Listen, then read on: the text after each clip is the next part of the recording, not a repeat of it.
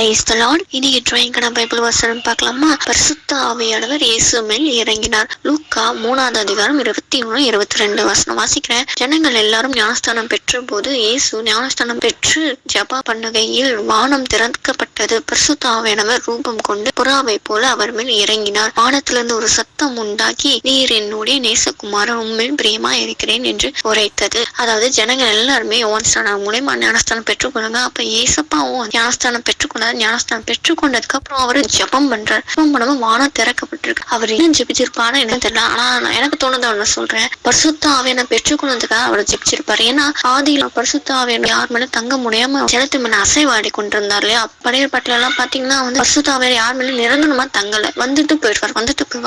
இப்ப புதிய ஏற்பாட்டுல நிரந்தரமா தங்கணும்னா அதுக்கு முதல்ல நிரந்தரமானவர் மேல முதல்ல தங்கணும். இசப்பாதான் நிரந்தரமானவர் இல்லையா?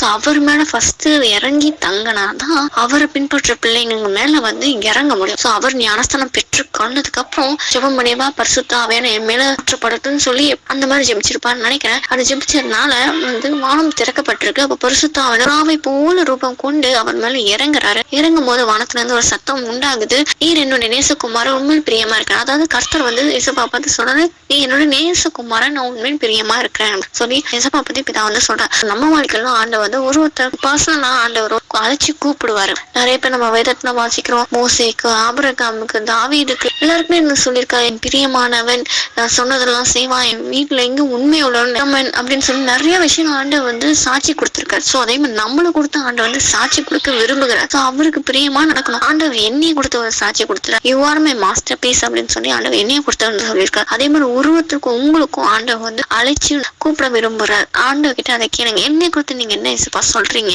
என்னைய நீங்க என்ன நினைச்சிருக்கீங்க, அதை என்கிட்ட சொல்லுங்க அப்படின்னு சொல்லி நீங்க கேளுங்க. நிச்சயமா ஆண்டவர் வெளிப்படுத்துவார். இதுல நம்ம என்ன முக்கியமா நம்ம தியானிக்க போறது என்னன்னா, பரிசுத்த ஆவியானவர் ஆண்டவர் இறங்கினார் இல்லையா? அதுல ஆவியானவர் ஜனத்து மேல அசைவாடினா யார் மேல இறங்க முடியாம இருந்துச்சு. அதுக்கப்புறமா வந்துட்டு போனார். இப்ப ஏசப்பா மேல நிரந்தரமா அவர் தங்குறார். தங்கிட்டு அப்புறம் ஆண்டை பரமேறி போயிட்டு அப்புறம் பரிசுத்த ஆவியானுக்காக காத்திருங்க.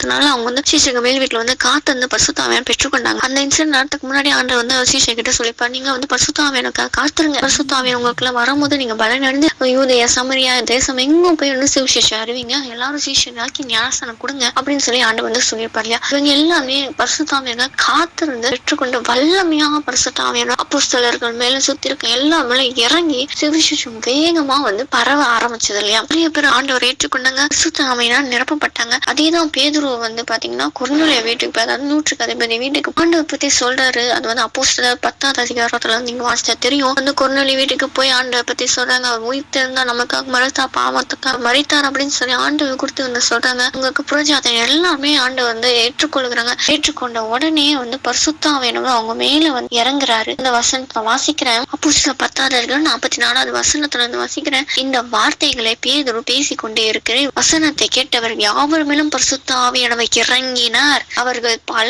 பாஷைகளை பேசினதையும் தேவனை புகழ்கிறதையும் பேதுருவோட கூட வந்திருந்த விருத்த சேதம் உள்ள விசுவாசிகள் கேட்டபோது பரிசுத்த ஆவியின் வரம் புறஜாதிகள் மேலும் புரிந்தருளப்பட்டதை குறித்து பிரமித்தார்கள். ஏன்னா அவங்க ஆண்டவரை ஏற்றுக்கொள்ளாத புறஜாதியா இருக்காங்க, அவங்க மேலும் பரிசுத்த ஆவியானவர் இறங்கினார் அப்படின்னு சொல்லி பிரமித்தார்கள். அதுக்கப்புறமா அவங்க தண்ணீர்னால ஞானஸ்தானம் பெற்றுக்கொள்கிறாங்க. சோ இன்னைக்கு நம்ம பரிசுத்த ஆவியானவரை பெற்றுக்கொண்டிருக்கோம். நிறைய பேர் பெற்றுக்கொள்ளாமல கூட இருப்பீங்க. அதுக்காக நம்ம ஜெபிப்போம். நீங்க ஊக்கமா ஜெபிங்க. பரிசுத்த ஆவியானவர் நிச்சயமா அவங்க கூட கிரியை செய்வார். இன்னைக்கு எத்தனை பேருக்கு நம்ம பரிசுத்த ஆவியானவரை பகிர்ந்து கொடுத்திருக்கோம், யோசிச்சு பாருங்க. அப்போஸ்தலர் பரிசுத்த ஆவியானவரை பெற்றுக்கொண்ட இசப்பா கிட்ட பெற்றுக்கொண்ட இசப்பா நான் போறேன், தேற்றம் வருவார், அவங்களும் உங்களை சகல சத்தியத்துக்குள்ள நடத்துவான்னு சொல்லி பரிசுத்த ஆவியானவர் மூலமா சொல்லியிருந்தாரு. பரிசுத்த ஆவியான அப்போஸ்தலர் மூலமா இறங்கினாங்க. அப்போஸ்தலர் நிறைய பேருக்கு பரிசுத்த ஆவியானவரை பகிர்ந்து கொடுத்தாங்க. எப்படி பேதுரு கொர்நேலியாக்கு பகிர்ந்து கொடுத்தாங்களோ அந்த மாதிரி நம்ம இன்னைக்கு எத்தனை பேருக்கு பரிசுத்த ஆவியானவரை பகிர்ந்து கொடுத்திருக்கோம், சிந்திச்சு பாருங்க. நிறைய பேர் பரிசுத்த ஆவியானவர் அபிஷேகம் பெற்றுக்கொள்ளாம, அந்நிய பஞ்சம் பெற்றுக்கொள்ளாம நிறைய பேர் இருக்காங்க. நீங்க போங்க, நீங்க போய் அவங்கள சுவிசேஷம் அறிவிங்க, அவங்க மேல கை வச்சு செபிங்க. பரிசுத்த ஆவியானவர் நிரப்பப்படுற அந்நிய பஞ்சம் பெற்றுக்கொள்ள முடியாத ஜெபங்களை அவங்களுக்காக நீங்க ஜெபம் பண்ணி ஏறிடுங்க. நிச்சயமா பரிசுத்த ஆவியானவர் அவங்களுக்குள்ள கிரியேட் செய்வார். அப்புறம் பாத்தீங்கன்னா ஆண்டு சொல்றதுல கடைசி காலத்துல மாம்சமான யாவர் மேலே ஆவியை ஊற்றுவேன்னு சொல்லியிருக்காரு. இது கடைசி காலம். அப்பவே ஆவியானவர் ஊற்றப்பட்டாரு. அப்ப இப்போ இந்த கடைசி காலத்துல வாழ்ந்துக்கிற ஆண்டு வருகை ரொம்ப சமயமா இருக்கு. அப்படி இருக்க பட்சத்துல அவ்வளவு அளவுக்கு அதிகமான அவரோட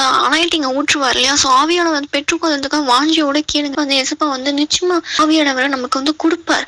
வசனம் சொல்லுது லூக்கா 11வது அதிகாரம் 13வது வசனம், பொல்லாதவர்களாகிய நீங்கள் உங்கள் பிள்ளைகளுக்கு நல்ல இவைகளை கொடுத்து கொடுக்க அறிந்திருக்கும் போது பரம பிதாவானவர் தம்மிடத்தை வேண்டிக் கொள்கிறவர்களுக்கு பரிசுத்த ஆவியை கொடுப்பது அதிக நிச்சயம் அல்லவா என்றார் அப்படின்னு சொல்லி ஆண்டவர் வசனமே கொடுத்திருக்காரு. சோ நிறைய தேவைகளை சொல்லி ஆண்டவர்கிட்ட கேட்கிறோமா? இன்னைக்காவது எனக்கு பரிசுத்த ஆவியானவர் கொடுங்க சொல்லி வாஞ்சியோட கேட்டிருக்கீங்களா? கண்டினியூஸா கேளுங்க, நிச்சயமா ஆண்டவர் கொடுப்பாரு. இப்ப ஆண்டவர்கிட்ட கேட்கலாம், மிஸ்ஸப்பா நீங்க பரிசுத்த ஆவியை எங்களுக்கு நீங்க கொடுத்திருக்கிறது அதுக்காக ஸ்தோத்திரம். ஆனா நிறைய பேர் பரிசுத்த ஆவியை பெற்றுக்கொள்ளாம இருக்காங்க, அந்நிய பாஷை பெற்றுக்கொள்ளாம இருக்காங்க. இன்னைக்கு அவங்களுக்காக ஜெபிக்கிறேன் ஆண்டவரே. சப்பா அவங்க மேல பரிசுத்த ஆவியை இறங்குவீராக, அவங்கள ஆட்கொள்வீராக, நிரந்தரமா அவங்களுக்குள்ள தங்குவீராக. நீங்களே கிருபையாய் இறங்கி வந்திருக்கிறீர்ப்பா, ஸ்தோத்திரம். பரிசுத்த ஆவியை பெற்றுக்கொள்ளுங்கன்னு சொல்லியிருக்கீங்க ஆண்டவரே. சப்பா நாங்க இன்றைக்கு பெற்றுக்கொள்கிறோம் ஆண்டவரே. சப்பா கேட்கிறேன் யாவும் பெற்றுக்கொள்கிறோம்ப்பா. மாம்சமான யாவல் மணி நாவியை ஊற்றுவேன்னு சொல்லி இன்றைக்கு ஊற்றுவீராக ஆண்டவரே. யாரெல்லாம் ஜெபிக்கிறாங்களோ தலைமையில கை வச்சு ஜெபிக்கிறாங்க அவங்க மேல பரிசுத்த ஆவியானவரே ஒரு பலமா இறங்குவீராக, ஊற்றப்படுவதாக ஆண்டவரே. பற்பல பாஷைகள் அந்நிய பாஷைகளை பேச முடியாத வல்லமையோட செயல்கள் பரிசுத்த ஆவியானவர் எல்லார் மேலும் இறங்குவீராக